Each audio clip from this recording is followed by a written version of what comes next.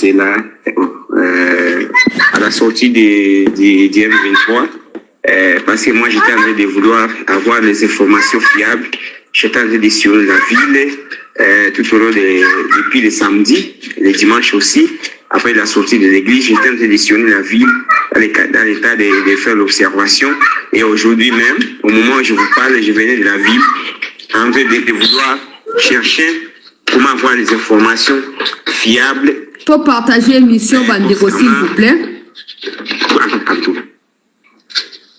Concernant l'M23. Et tant que l'M23 on dit qu'au la ville, bah ça a voté ville à Uvira. Tout ce qui s'est fait à Uvira, ils ont pillé tous les matériels de construction de la route d'Uvira. Ils ont pillé même des magasins, des voitures, des bajaj, des motos. Donc, hier, quand ils sont venus, au moment où je vous parle de la ville de Bukavu, il y a tas de véhicules, tas de motos neufs, tas de véhicules neufs, tas de bajaj. Ils ont pillé complètement, Madame Chancela.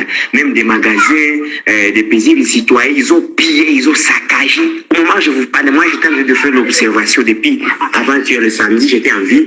Hier le dimanche, j'étais en ville. Aujourd'hui, j'étais en ville. Je vous assure qu'au niveau du gouvernement de la ville de Bukavu, il y a tas de motos. Tas de motos, Madame Chancela. Ils ont tout pillé. Ils ont pillé les paisibles citoyens. Ils ont pillé des motos, ils ont pillé des bajaj. Et ils sont en train de vendre ça, madame. Je vous informe, madame Chancela. Ils sont en train de vendre. Ces imbéciles d'M23 sont des voleurs, des connards, des idiots.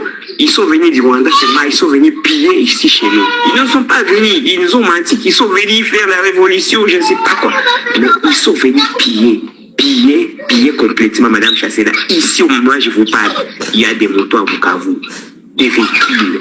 Ils ont pillé, ils ont stocké, et d'autres véhicules sont traversés vers le Rwanda. Alors, les militaires du M23 qui sont dans l'armée du M23, les Congolais, ils ont pillé ici à Bukavu. On est en train de chercher des clients pour acheter des bajaj, pour acheter des véhicules, pour acheter des bajaj, pour acheter des habits, des matelas, même des, madame Chancela, même des moteurs, des bottes. Ils ont tout pillé. Donc ici à Bukavu, les gens sont en train d'acheter ça parce qu'ils sont en train d'acheter des clients. Même des chaises, même des matelas, même des tout, même tout. Madame Chancela, c'est l'information que je vous donne. Mais d'abord, je présente ici parce que je venais de vous donner les informations en état en retard parce que je vous ai dit que c'est ça. Voilà. Les restes, c'est important, très bon. Sikoyo, après audio oyo, nde azo comme un message que Nanga vient d'arriver. Donc Nanga qui a eu pour superviser, pour évaluer. Il a connu au boyi boye nangwa. Eh papa, on a bomengo nyoso na Kinshasa. On a bomengo nyoso na Kinshasa. Otiki ba imed lo tongaki o batanga ki na dossier mutamba sala ki soki 10 soki 9 ba musuza ki na construction na esila kite. Ok, bando lukasiko ba rwande ba ibini de toute façon ta ba ibi ba opeso angote. Ba opeso angote. Ba kozwa o baza ngo besoin pour na Rwanda pour na batu bazo déserter pour na nzala. Batu bazo kima pour baza bloka kolia te. Tango bazuma mutuka bo ba ke oteka ngo so pa banani. Bazuma ba ke kolia ba pesa yote. Ba opesa yote papa o bo lukaki nde ngona bozo buka. O bo lukaki yango bozo buka. Na ba obala ndi na sima na ba ni go bosa la na makamamboka na biso. Bo bosa na libela. Bo bosa na libela. Tokani bo bosa na libela. Na kei. Zwa image oyo bande ko balandi. Il y a cette news. Première image que zo tia déjà. Situation au niveau et à terrain. Banguna et République ont des bandades. FARDC a continué à se renforcer. Wazalendo a continué à se renforcer. De Wazalendo dans la ville de Uvira, la population qui applaudit pour notre arrivée triomphale. La population de Uvira en train d'approcher le Wazalendo avec notre dialogue. C'est faux Banamboka. Ezaki dialogue té. Oh yendeko c'est sa crise. Non. Fatia qui clair, c'est une agression contre notre pays. L'agression d'une armée étrangère qui tue nos populations, qui tue nos frères et sœurs, qui viole. Ce n'est pas la guerre intercongolaise. Non. Ce n'est pas la crise interne, non. C'est une agression. Les lots va reconnaître sur le plan international. Hein? L'ONU à comprendre. L'ONU peut. Na conseil na président na plus chef de l'État. Fatché béton. De père et de mère.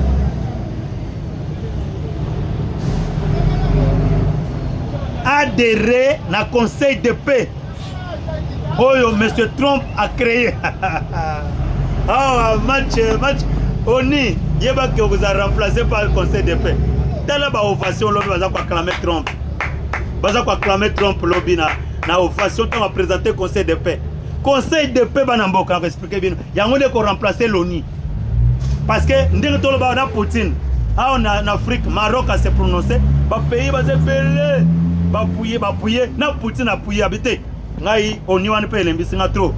Et ça ne peut rien. Bana Kabambong. Na adhéré na conseil de paix à M. Trump. Oh, vous savez, ça va guerre dans le monde. Va créer bloc conseil de paix. Oh, prince Trump est s'autoproclamé président du conseil de paix. Il y a un qui remplacer ONU. Ngai pe na baya que ONU fort. MONUSCO yawa, tika déclaration. Bazo beta bango na masasa nini. Comme bango bana kopie ba minéraux, etali bango te basaka déclaration. Ba mo contre la mongona. So ba kende. Biso contre le conseil de paix, Fati contre le conseil de paix. Balobi pour adhérer pour la membre permanent, c'est $1 milliard. Président Fati, pour la thé. Il faut parmi les décideurs, on va décider pour le monde. Parce que le conseil de paix, on a remplacer ONU. On a décidé. Sauf que les membres permanents du conseil de paix, on s'enregistrer déjà. Comme parmi les décideurs, on va payer $1 milliard. Dans un grand pays, vous avez un partenaire rebelle, $50 milliards. Quand on a un conseil de paix comme membre permanent, RDC a parmi de parce que notre pays c'est un grand pays. Et puis le monde entier va avoir l'espoir dans le Congo. Tout ça va matière stratégique, ils ont fabriqué des batteries électriques. Parce que bientôt, 2030, il n'y aura pas de véhicules à carburant à essence. Donc vous avez des véhicules électriques. Donc le monde entier, chaque pays va avoir une réserve déjà de coltan et de cobalt. C'est pourquoi on va combattre. Ce que France et l'Union européenne, bana koya na ndenge moko ya Liban na muyibi na fenêtre ba ole par Kagame ba yibi ba minéraux on eza Kagame te mbali na fenêtre par Kagame ba piller ba to ba réserve ba zanango 2030 comme tuko comme a disparaître munda ba azo tirer déjà azo retirer déjà ba mituko ya nino na marché et diminuer bon on 2027 2028 2029 donc ba 2030 déjà mituko comme disparaître. Parce qu'à côté du marché, à côté de véhicule électrique dans le marché. C'est pour la batterie électrique. C'est pourquoi on a des portants, des abondants. Guerre est la guerre à blague. Sauf que quelqu'un qui s'entête, mais votre pays, ce qui attaque au Rwanda, votre pays dans l'Union européenne, n'a pas décidé de se faire des multinationales, c'est la guerre à blague. On a un petit pays au Rwanda. Mais Rwanda, c'est apporté par les grandes puissances nationales. Les Américains, surtout les Américains, Rwanda servira que dans la salle boulotte. Mais ils vont éliminer déjà. Dans la santé, il y a une violation à corps. Mais ils vont éliminer déjà. Mais comme ils disent que moi, histoire, ils vont bien. Attaque à Gama, ils vont au courant. Après, ils vont rebelles dans l'Union. En tout cas, ceux qui vont continuer la guerre, ils vont soutenir, ils vont reculer. Ceux qui ont reculé, je vous dis bien. C'est pourquoi mon ami Kabila a commis. Donc, a commis qu'on a sauvé le peuple. A Kenda na Rwanda, le président angolais, le président Lorenzo Abino. En tout cas, on a eu un moment où on a sauvé le peuple. Singulièrement, le président Tshisekedi a donc dans le pays. Tout l'ongola banini, a l'ongola condamnation, tout ça, na zone na mboka. Tout développement mboka na biso. En tout cas, na moni que guerre vers la fin parce que Kagame a zone pour la mboka. Parce que je vous dis bien, ce Kagame a arrêté de soutenir les rebelles, dans une semaine. Parce que le ravitaillement est en Rwanda. Il y a une rébellion. Tant que vous avez un drone, vous avez un bangoan. Ce qui est le ravitaillement en Rwanda. Parce que Burundi a soutenir Bango. Ce que Rwanda a soutenir Bango. Vous avez une munition qui est vous avez tennis civil, vous avez tennis, vous avez Rwanda, c'est fini. Guerre ici. Mais je vous promets, mes chers amis, vous allez communiquer à FARDC. Le Bibo. Mois de juin, tu as fêté l'indépendance, défilé militaire na Goma. Match à Kitoko. toyoki pe banani ba Blackwater. Ba Blackwater baza déjà na Uvira. Yo siko zonga siko yo Nyarugabo. Ngana zui la tête à rébellion. Bon, yebi pourquoi nani Nyarugabo rwandais a zui la tête à rébellion? Parce que tant qu'il y aura un quelconque dialogue, par exemple, pour négocier tout ça, Rwanda a changé de stratégie. Non, parce que Kananga a la tête à rébellion. Pour que Moutoua, à cause de la déterminer à défendre l'intérêt de Rwandais, et Zali Nyarugabo, va placer Nyarugabo à la tête à rébellion. Et ça pour la continuité de la guerre, et ça pour la négociation, pour que nous Kagame Rwandais, aux autres la confiance, à défendre l'intérêt de tous. C'est pourquoi à 20h, Nyarugabo va se proclamer dans la Kamanyoro que non, Yende Moutouazali, numéro 1 à rébellion. To yebisaki bino awa. Boyoka kate. Nanga, tension ça va. Cholestérol. Osakana na fatia bic rouge. Zela bokomona, boko kimambangu, boko longola bilamba, tenyi, ekulungwa, mandefu bokata. Boko senga pardon na ba congolais. Bo blaguer. Hein? Bo blaguer au service ennemi. Vous avez calme beaucoup monde. Les États-Unis, Fatia Ibisi mais se trompe. On a place bango bazali. Ba rebelle bazali, place ba minéreza. Si on trompe za commerçant au tikayo, ko beto à tout moment. Tokola to lamuka Kagame capturer menoté. Ba kenayi. Mbala moko pa nyimbango, bolongoli bo changer tenue. Bokomi ko sokola maboko. Déjà boko yoka, bo beto mit. Vous avez un restaurant. Nana identifier bino. Ba lobi ba drone na ba satellite, biloko tout, ils ont déjà na terrain. Ils ont déjà dans le terrain. C'est pourquoi on va bloquer de côte. Va désigner Burundi. Yende Moutou a frappé, a stabilisé Est à RDC. Burundi. Est-ce que vous connaissez Burundi qui a frappé? Babazo et Kendaki et Vandaki na Burundi. Vous voyez bien, ba drone yo tiko tumba ba biloko ba base arrière ya ba rebelle eza banani. Toko lo banyon sa na télévision. Mais beaucoup de temps na ba action de ba ko pakata mbango. Ndien toza awa. Toza déjà na sangue. La Kamanyolo wana bientôt koyoka balale balabuki frappe moto babanimbang balongole tenni Rwanda azonge pana yi aza parce que dialogue inter-rwandais zakona ba FDLR banani o Kagame banako ba FDLR ba ke ça dialogue na opposant kuna matcha bien département d'état américain lobby congrès américain aza très clair ba désigner Rwanda agresseur à Congo officiel. Il a commis des crimes de guerre, crimes contre l'humanité. Bientôt, les responsables répondront de leurs actes criminels. Quand un rebelle a été, jamais. Tout le monde répondra. Crescent Nani Chouéou, Yewana John Chibang, Baza Menoté déjà Nandolo. Tala Kindoki, Mouto Azaki patron, à Ketou, Yangon a vu, Koseka Moutoute. Atate Kagamay, Nakoseka Moutoute. Naebi à venir na été. Tala Bao Bazalaki, chef d'état-major des armées. Na Bétoile.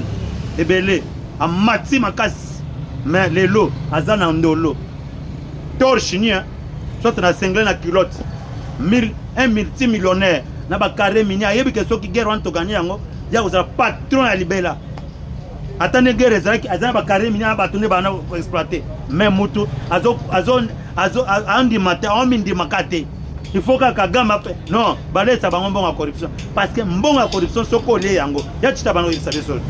Soko leka mbongo ya corruption, okomi envoûté. Mbongo nyonso bali akate. Mbongo muso utaka cimetière. Soko liango okomi liboma, o changer, o mi comprendre te. Ndembo ba Christian Chiwewe, na ba John Chibango bali. Bangwana na ndolo. Vous pouvez imaginer au monde, en tout cas le premier président na moni a idiot. O baloba ba kulutu baloba ba français baloba, on ne peut pas éduquer un idiot hein, d'en comprendre rango. Un multimilliardaire, un jeune, Aya comme il a pouvoir. Kabila comme il a pouvoir jeune. Alongo peut a pouvoir jeune. Azanavi, c'est un multimilliardaire. Kabila il a des villas, même en Tanzanie, partout. Ah, on a Gombe, Koutokolobate. Ah, on a bien constaté, c'est un multimilliardaire. On a une société anonyme. La société Mokobo et Batama. Tout ça, bon et Kota, c'est un multimilliardaire, ces messieurs. Comment un multimilliardaire peut accepter à cause de la rébellion à Zamba? Comment? Ah, au Kana Congo, tout le monde un ancien président comme un rebelle. Kana Congo. Congo est la réalité. Congo est en Zambie. Tout le monde a Babiloko. Oh, ils ont vraiment. Et là, comment? Multimilliardaires à vendre. Et puis, et là, on a un peu de vie. Nzamba pesi yango. chef de l'État. À l'époque, roi. Kabila, il était un roi dans le Congo, 18 ans au pouvoir. C'est un multimilliardaire. Qu'est-ce qu'il va chercher? Facha le bito ton ngambo na biso. Vanda na kingaka tuna mutautusha azate. Vous avez la sécurité na vanda kimia. Mais mutande ngwana azobi malobité. Batune ba tete malobité. Raïs posons na pouvoir. Ah bon? Azongas. Azonga. Aya a tenté ba coup d'état nyos. A tcheba Facha zrake encerclé. Mais Facha fanina binemi. Infiltration aidée Facha peut se faire sagesse. Il y a comprendre qui est qui. Dans le bandi de déboulonnage. Alors je vais déboulonner le système. Bah c'est cahier. Ah hier ça eu maza marionnette. Marionnette les lois comme libérateur ya Congolais. Pour na kushite bana mboka nakoloba nakopesa bande kona biso conseil ba Congolais. Pour na koloba que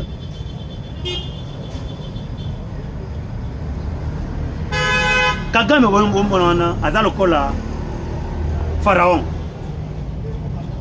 Bon ça dire sur le cœur. Nzambe a dire sur motema Kagame comme un pharaon. Tant Nzambe a bisa ki pharaon libérer peuple nangai. Té azako dire sur le ton. Malgré d'accord, mais Kagame dire toujours le cœur. Nzambe ndé motazo confondre pour que humiliation naie et à la public.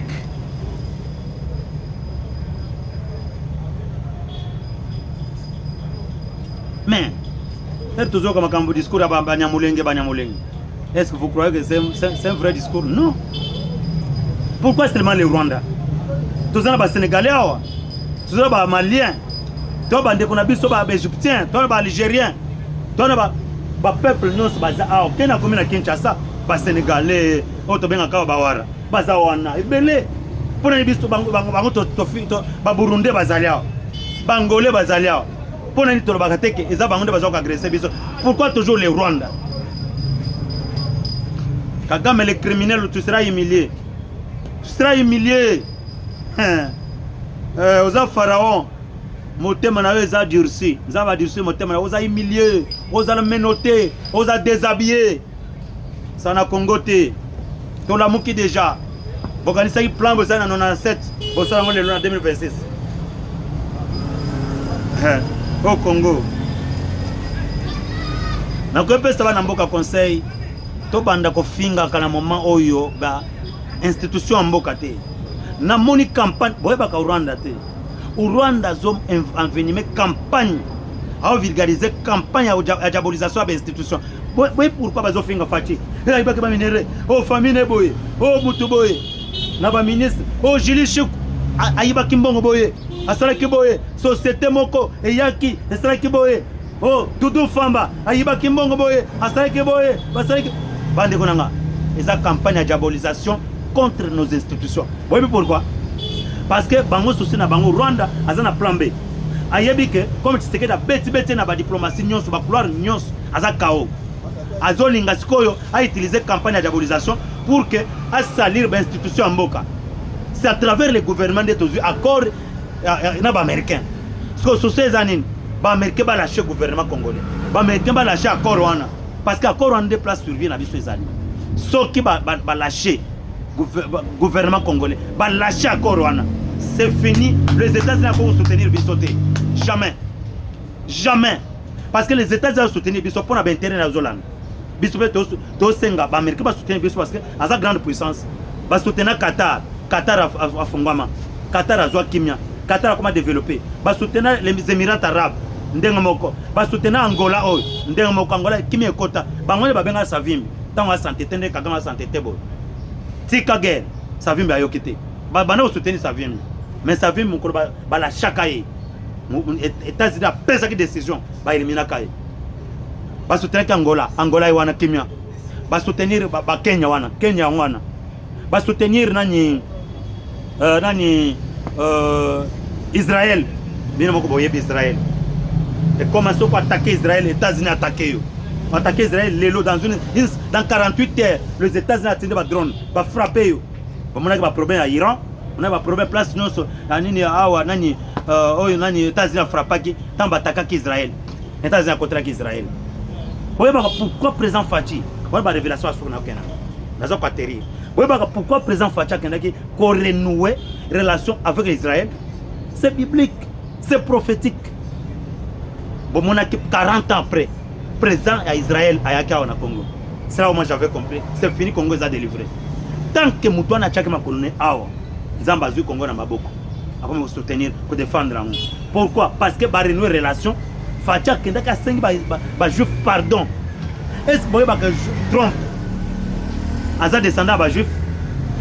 Ming na ba américain, bon monde ba dirigeant américain, ba descendant de juif.